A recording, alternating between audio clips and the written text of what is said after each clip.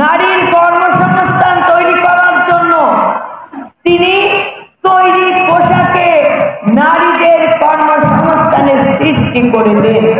1 নম্বর আসনে ধানের শীষের প্রার্থী, বিএনপির মনোনীত প্রার্থী বিশ্বাস জাহাঙ্গীর আলম এখানে উপস্থিত আছে। নারীর ক্ষমতায়নের জন্য গ্রাম পুলিশ মেয়েদেরকে অন্তর্ভুক্ত করেন নারীদেরকে, এবং একই সাথে তিনি নারীর ক্ষমতায়নের জন্য সরকারি বেসরকারি প্রত্যেকটি সেক্টরে 10% সংরক্ষিত নারী কর্মীদেরকে তিনি উদ্যোগী ক্ষমতায়নের জন্য ভিত্তি স্থাপন করেন।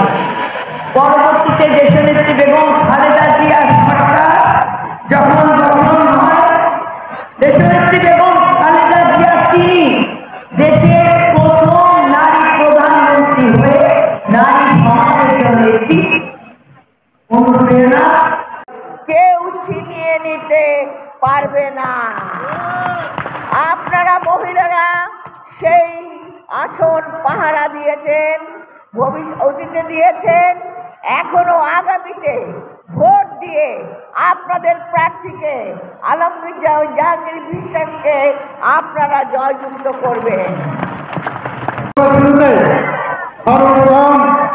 আমি ধন্যবাদ জানাই আমাদের দেশনেত্রী বেগম খালেদা জিয়া, আমাদের ভারপ্রাপ্ত চেয়ারম্যান তারেক রহমানকে, যিনি আপনাদের ডাকে সাড়া দিয়ে আপনাদেরকে